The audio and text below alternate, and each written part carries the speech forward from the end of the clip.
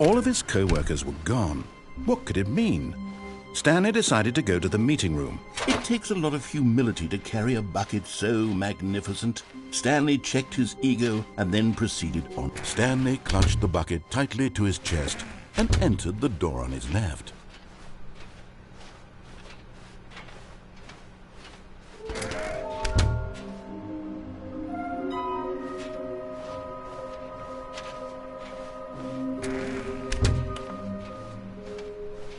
Coming to a staircase, Stanley and the bucket walked upstairs to the boss's office.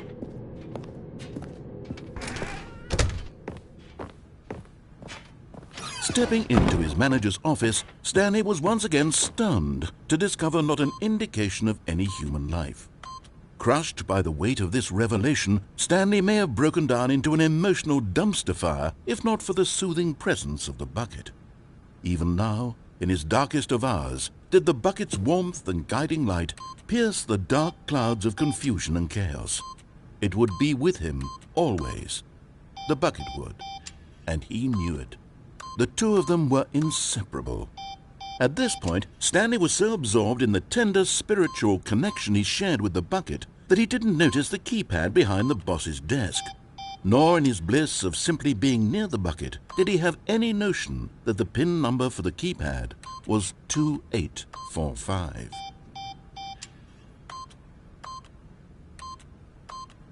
But Stanley guessed the correct code by sheer luck.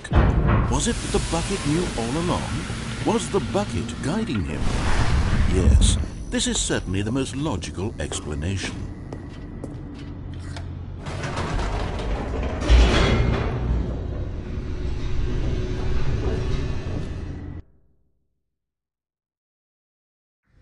The elevator raced downward, plummeting towards an unknown fate. It would be all Stanley could do to keep himself together, if not for the bucket. Soothing him, comforting him, reassuring that in this darkest moment of uncertainty, he would be all right. The bucket is here for you, Stanley. Everything will be fine. Stanley and the bucket walked straight ahead through the large door that read, Mind Control Facility.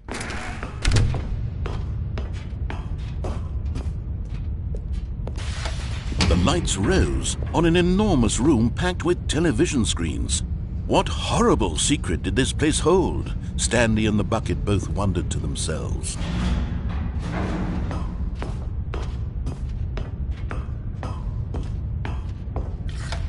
The monitors jumped to life, and Stanley nearly dropped the bucket in shock.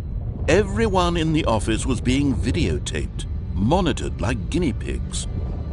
The bucket had never seen anything like this, and it very nearly burst into tears as Stanley cradled it gently, reassuring it that everything would be fine.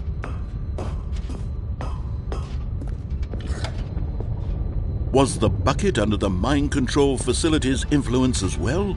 Had the bucket been told to do things it didn't wish to do? What kinds of things does a bucket want to do or not want to do in the first place? These questions raced furiously in Stanley's feeble mind. No! He screamed into the bucket. He couldn't accept it. His own life in someone else's control, never! He squeezed the bucket tighter, his one friend in the entire world. At this point, he could trust no one except for the bucket. But here was the proof. the heart of the operation. Controls labeled with emotions, happy or sad or content. Walking, eating, working, all of it monitored and commanded from this very place. And as the cold reality of his past began to sink in, Stanley decided that this... But at the last second, the bucket jumped in and pressed the button to turn on the controls. Stanley gasped in horror. Had this been the bucket's plan all along? To take over the machine and claim the power for itself? How could the bucket have betrayed him like this? Stanley was prepared to throw the bucket away in disgust when suddenly an image appeared upon the enormous screen. Birds.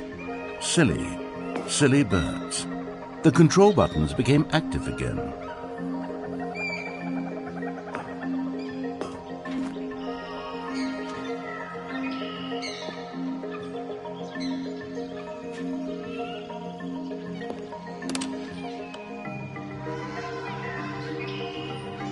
Stanley flipped through one video of silly birds after another, and then it dawned on him. This wasn't a mind control facility at all. It was a facility for monitoring and surveilling silly birds all over the world. The mind controls were only a facade to disguise its true intentions. Had the bucket known this all along? Stanley marveled at the metal genius in his hands, the one who had pointed him towards this incredible discovery. Stanley and the bucket never found freedom because they spent the rest of their lives here in this place, flipping through live streams of the silliest birds imaginable. Of all the possible paths his life could have taken, this one was surely the best. And Stanley was happy.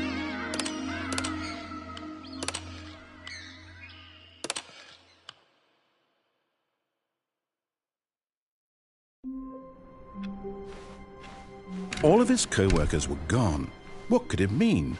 Stanley decided to go to the meeting room. Stanley cradled the bucket in a gentle embrace, protective yet delicate, assertive yet compassionate.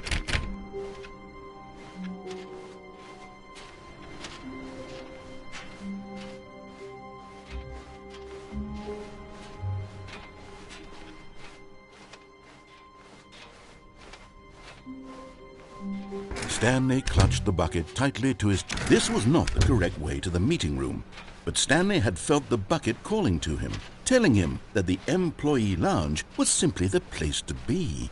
And here it was. Had the bucket turned out to be correct? Well, no, never mind. The bucket was wrong.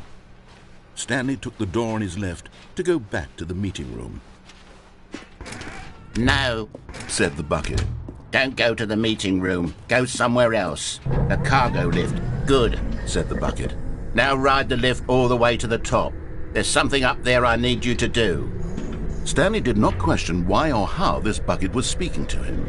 It should have alarmed him, of course, because buckets can't talk. But Stanley chose not to think about this obvious fact.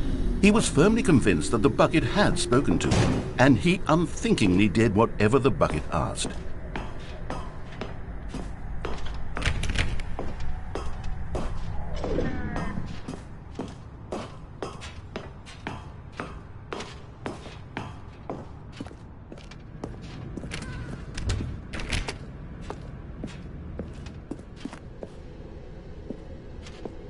No, stop. Look there on the wall. You see, there's a sign right there. It says, "No buckets past this point." Stanley, how could you think it was okay to bring the bucket here? Unless, what if the problem is that you actually don't know what is a bucket and what isn't a bucket? I suppose that would explain a lot about your behavior up to this point. Which, if that's true, well, my goodness, I think we have to do something about it. This misunderstanding could have dire consequences on the entire rest of the game if not addressed quickly and properly. So much of the impact of the story is dependent on your understanding of what is and isn't a bucket. Please, step in here for a moment.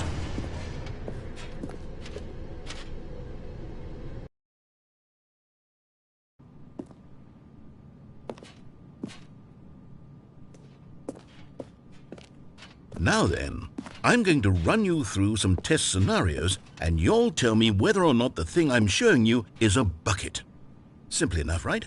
This should tell us everything we'll ever need to know about what is or is not a bucket? Okay, let's begin. Item 1. Is this a bucket? Correct. It is a hologram of a bucket, not an actual bucket.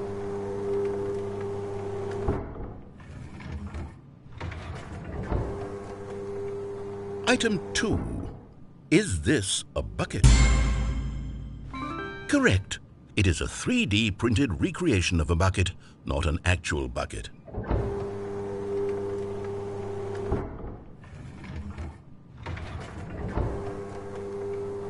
Item 3. Is this a bucket?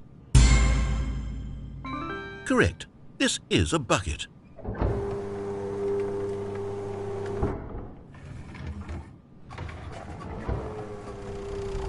Item 4. Is this a bucket? Correct. This is a tractor and not a bucket. To be honest, I just sort of put this one in here as a gimme, but I was starting to get concerned that even this might be too much for you. Thank you for not making me look like an idiot. Okay, next one.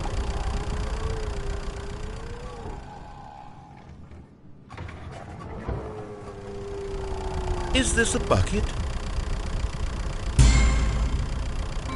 Correct. This is a bucket.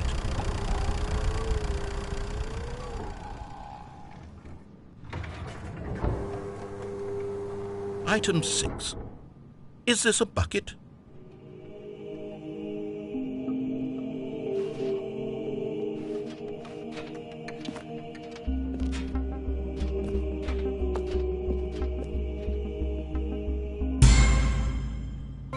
Trick question. Both. Gotcha.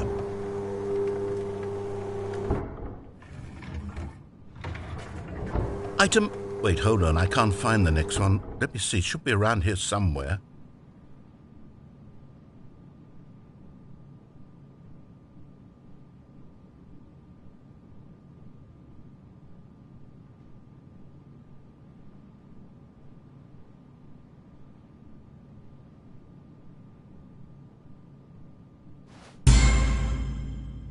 Yes, thank you. There's nothing here. Of course it isn't a bucket. We both know full well that nothing isn't a bucket. Wait, when I say nothing isn't a bucket, that makes it sound like I'm saying everything is a bucket, which of course is not true. Unless, is that what you think? Answer me straight, Stanley. Are you trying to tell me that you believe everything is a bucket?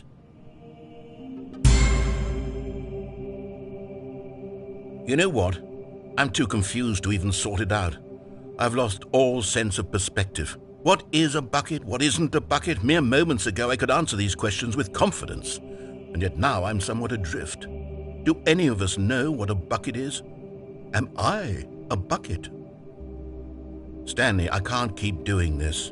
I'm losing myself, and myself was all I ever had to begin with. I'm afraid the bucket is threatening to tear our relationship apart. I can't have that. I'm sorry, but I'm going to erase all buckets from the game entirely. Okay. Here we go.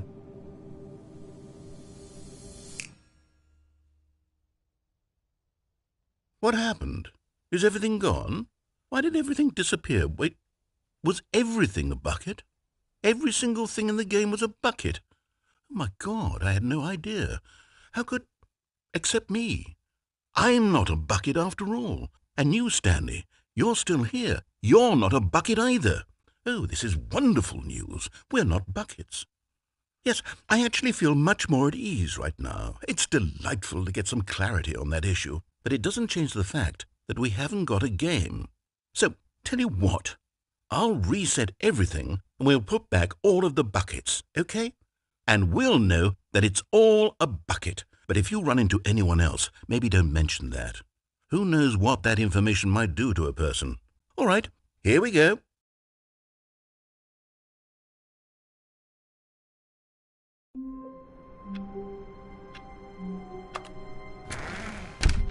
But Stanley simply couldn't handle the pressure. What if he had to make a decision? What if a crucial outcome fell under his responsibility? He had never been trained for that. No. This couldn't go any way except badly. The thing to do now, Stanley thought to himself, is to wait. Nothing will hurt me. Nothing will break me. In here I can be happy forever. I will be happy. Stanley waited. Hours passed, then days. Had years gone by? He no longer had the ability to tell. But the one thing he knew for sure, beyond any doubt, was that if he waited long enough, the answers would come. Eventually, someday, they would arrive. Soon, very soon now, this will end. He will be spoken to. He will be told what to do. Now it's just a little bit closer. Now it's even closer. Here it comes.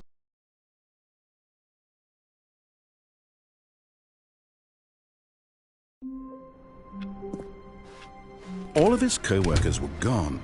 What could it mean? Stanley decided to go to the meeting room. Perhaps he had simply missed a memo.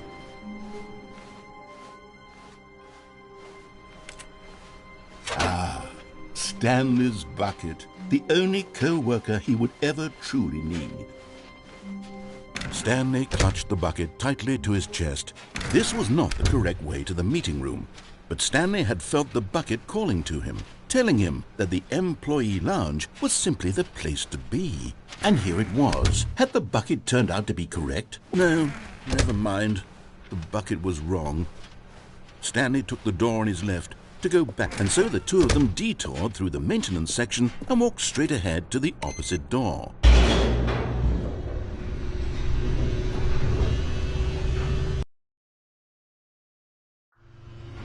Oh, good Stanley, I'm glad you found your way here. I knew you'd find this place eventually.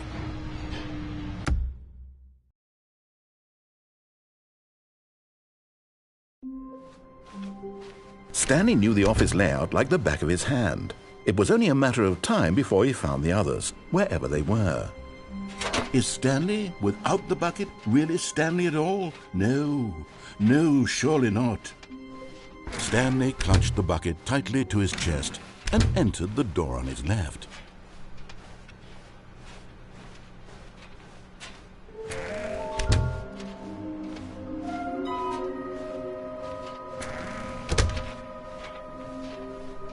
Coming to a staircase, Stanley and the bucket walked upstairs to the boss's office.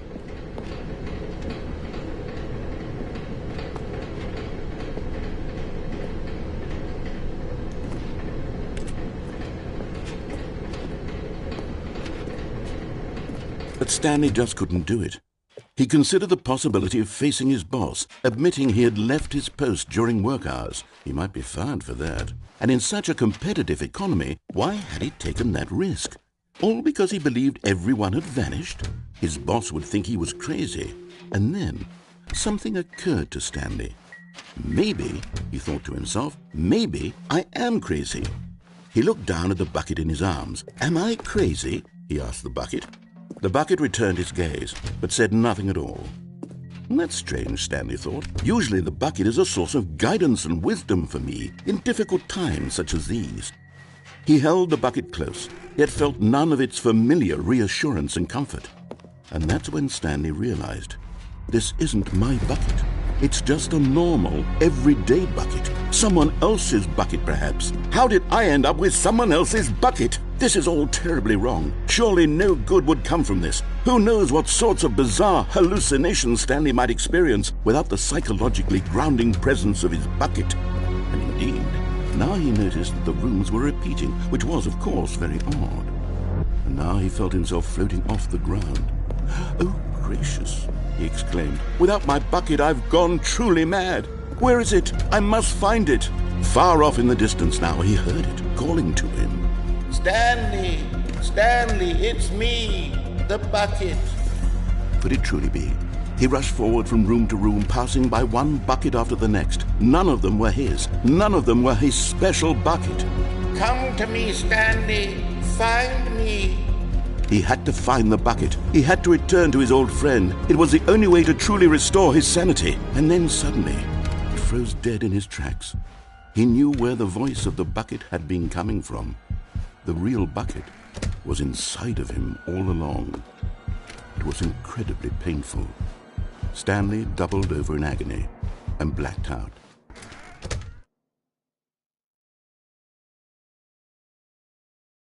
This is the story of a woman named Mary.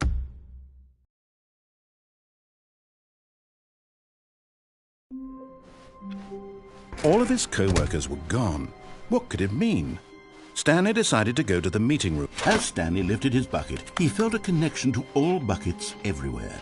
This adventure, he decided, was for all of them.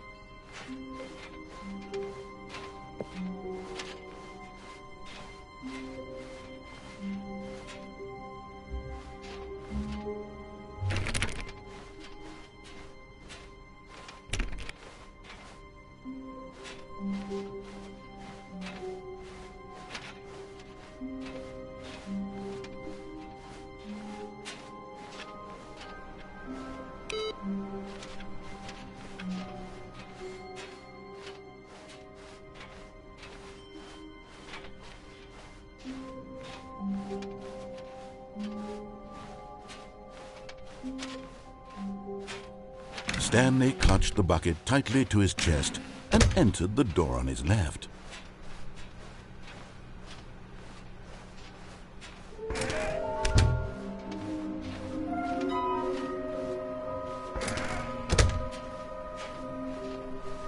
Coming to a staircase, Stanley and the bucket walked upstairs to the boss's office.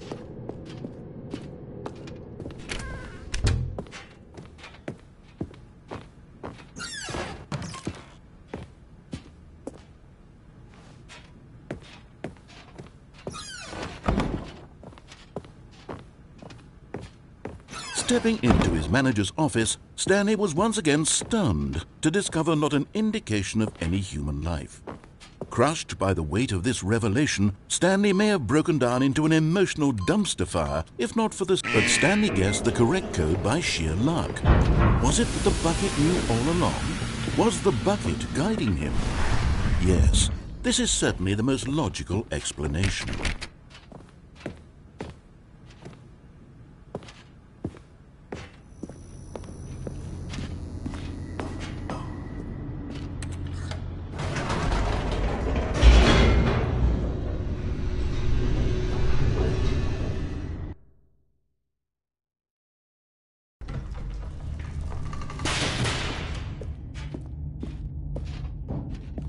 Stanley and the bucket walked straight ahead through the large door that read, Mind Control Facility. Although this passageway had the word escape written on it, the truth was that at the end of this hall, Stanley and the bucket would both meet a violent death.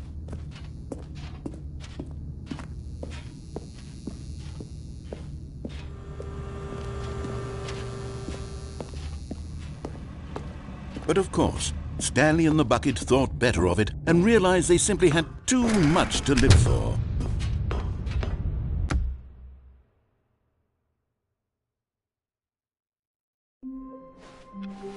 All of his co-workers were gone. What could it mean? Stanley decided to go to the meeting room. What new mysteries lay in store for our bucket-loving heroes today? Let's find out. Stanley clutched the bucket tightly to his... This was not the correct way to the meeting room, but Stanley had felt the bucket calling to him, telling him that the employee lounge was simply the place to be. And here it was. Had the bucket turned out to be correct? No, never mind. The bucket was wrong. Stanley took the door on his left to go back to the meeting room. No, said the bucket. Don't go to the meeting room. Go somewhere else. The cargo lift, yes. Go there. Go to the cargo lift.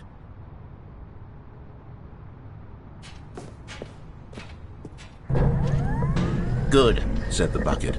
Now ride the lift all the way to the top. There's something up there I need you to do. Stanley did not question why or how this bucket was speaking to him. It should have alarmed him, of course, because buckets can't talk. But Stanley chose not to think about this obvious fact. He was firmly convinced that the bucket had spoken to him, and he unthinkingly did whatever the bucket asked.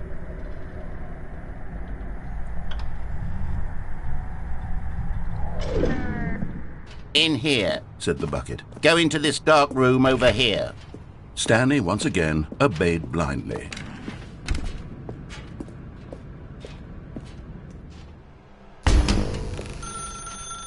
Now pick up the phone, said the bucket. Pick up the phone and it will take us back home, where we can go about life together.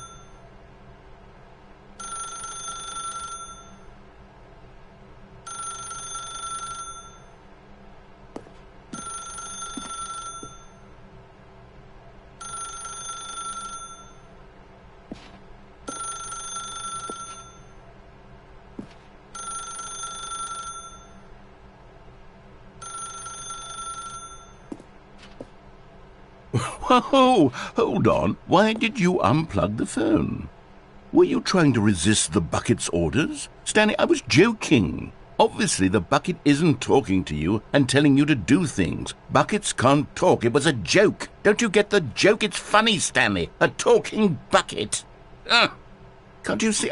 Oh, goodness. I must have really bungled up the delivery if you actually took me seriously. Where did I mess up the joke? Should I have paused for longer or spoken quicker? Comedic timing is so difficult. I wish I were better at it, but there isn't exactly an instructional video on comedy that one can watch to fully... Oh, wait, yes, there is. It's sitting right here. Let's take a look. What is comedic timing? What is comedic timing?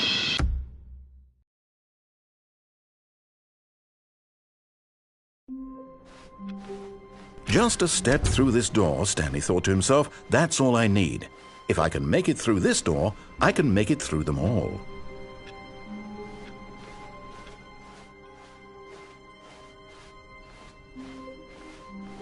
When Stanley came to a set of 2 open doors, this was not the correct way to the meeting room, and Stanley knew it perfectly well. Perhaps he wanted to stop by the employee lounge first, just to admire it. Standing now in this incredible room, Stanley for the first, but eager to get back to business, Stanley took the first open door on his left. Stanley was so bad at following directions, it's incredible he wasn't fired years ago. Look, Stanley, I think perhaps we've gotten off on the wrong foot here. I'm not your enemy, really, I'm not.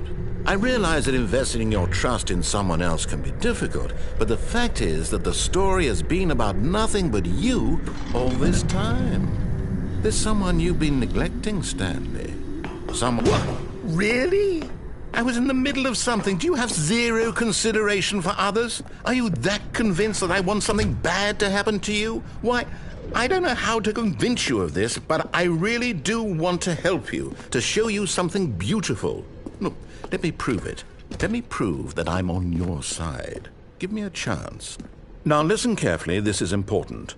Stanley walked through the... You're getting close now, Stanley. You've nearly gotten all of the Figler and Marines. Very soon, you'll collect the last one, and then the first number will equal the second number, and that will be it. We'll be different people by then. Different in the sense that we used to have none of them, and now we have them all. You can't go back to when you had no Figler and Marines. None of us can.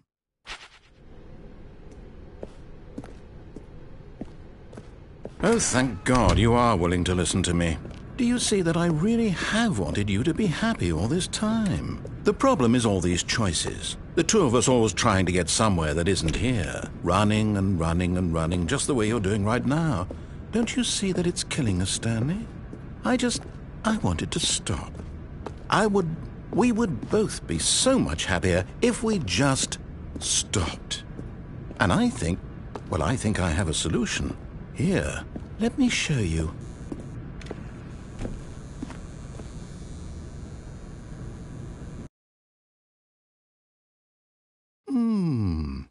What do we want? What are we looking for?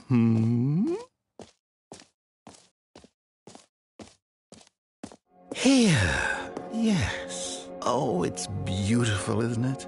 If we just stay right here, right in this moment with this place, Stanley, I think I feel happy. I actually feel happy. No, wait. Where are you going? Oh, no. Stay away from those stairs. If you hurt yourself, if you die, the game will reset. We'll lose all of this. Please, no, Stanley, let me stay here. Don't take this from me. Please, Stanley, think... No! Oh, thank God. You lived. You had me worried there for a moment. Now, can we please get back to the other room? There. See? This is what you want. This is where we can both be happy. We really can. If we stop moving. Stanley, go back. There's nothing good that can come from this.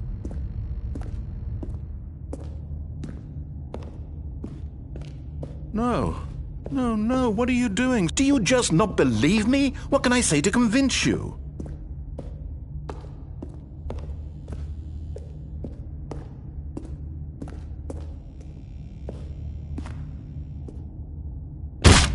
Stanley, let's go back to the other room.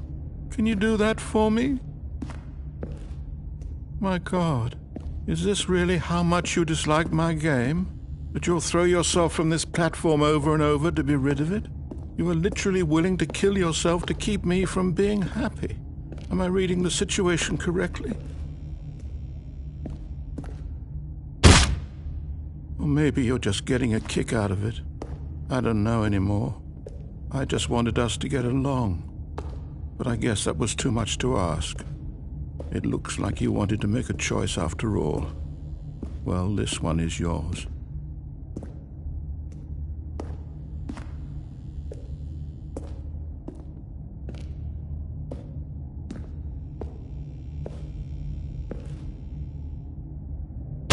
Is it over? It's going to restart, isn't it? I'm going back.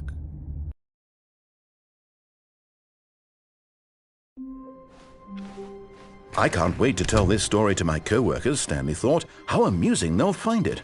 Oh, won't we all just laugh and laugh at the time I thought everyone had gone missing. When Stanley came to a set of 2 open doors, this was not the correct way to the meeting room, and Stanley knew it perfectly well. Perhaps he wanted to stop by the employee lounge first, just to admire it. Stanley felt lightheaded, butterflies in his stomach. But eager to get back to business, Stanley took the first open door on his left. Stanley was so bad at following directions, it's incredible he wasn't fired years ago. Look, Stanley, I think perhaps we've gotten off on the wrong foot here. I'm not your enemy, really, I'm not.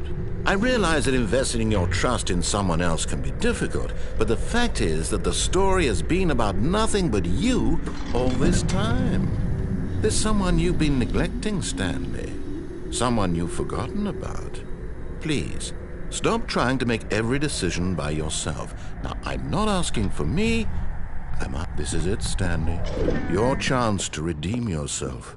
To put your work aside. To let her back into your life. She's been waiting. That's her, Stanley. You need to be the one to do this, to reach out to her. If you can truly place your faith in another, then pick up the phone.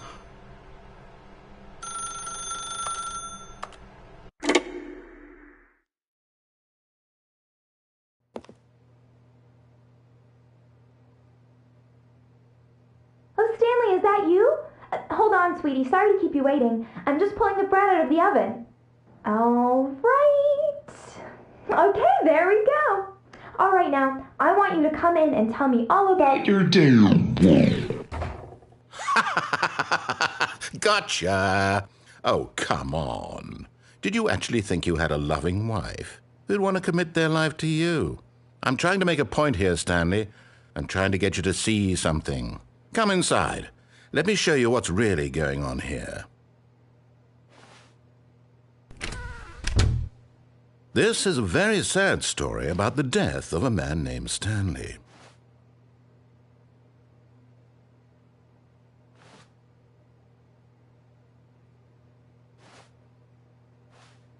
Stanley is quite a boring fellow. He has a job that demands nothing of him, and every button that he pushes is a reminder of the inconsequential nature of his existence. Look at him there, pushing buttons, doing exactly what he's told to do. Now he's pushing a button. Now he's eating lunch. Now he's going home. Now he's coming back to work. One might even feel sorry for him, except that he's chosen this life. But in his mind, he can go on fantastic adventures. From behind his desk, Stanley dreamed of wild expeditions into the unknown, fantastic discoveries of new lands. It was wonderful, and each day that he returned to work was a reminder that none of it would ever happen to him. And so he began to fantasize about his own job. First, he imagined that one day while at work, he stepped up from his desk to realize that all of his co-workers, his boss, everyone in the building had suddenly vanished off the face of the earth. The thought excited him terribly. So he went further. He imagined that he came to 2 open doors and that he could go through either. At last, choice. It barely even mattered what lay behind each door. The mere thought that his decisions would mean something was almost too wonderful to behold. As he wandered through this fantasy world, he began to fill it with many possible paths and destinations. Down one path lay an enormous round room with monitors and mind controls. And down another was a yellow line that weaved in many directions. And down another was a game with a baby. And he called it the Stanley Parable. It was such a wonderful fantasy, and so in his head he relived it again, and then again, and again, over and over, wishing beyond hope that it would never end, that he might always feel this free. Surely there's an answer down some new path, mustn't there be? Perhaps if he played just one more time. But there is no answer. How could there possibly be? In reality, all he's doing is pushing the same buttons he always has. Nothing has changed. The longer he spends here, the more invested he gets, the more he forgets which life is the real one. And I'm trying to tell him this, that in this world he can never be anything but an observer, that as long as he remains here, he's slowly killing himself. But he won't listen to me. He won't stop. Here, watch this. Stanley, the next time the screen asks you to push a button, do not do it.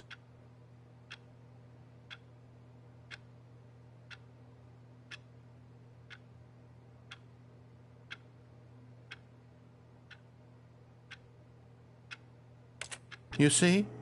Can he just not hear me? How can I tell him in a way that he'll understand that every second he remains here, he's electing to kill himself? How can I get him to see what I see? How can I make him look at himself? I suppose I can't, not in the way I want him to. But I don't make the rules. I simply play to my intended purpose, the same as Stanley. We're not so different, I suppose. I'll try once more to convey all this to him. I'm compelled to. I must. Perhaps, well, maybe this time he'll see. Maybe this time. And I tried again, and Stanley pushed a button. And I tried again, and Stanley pushed a button. And I tried.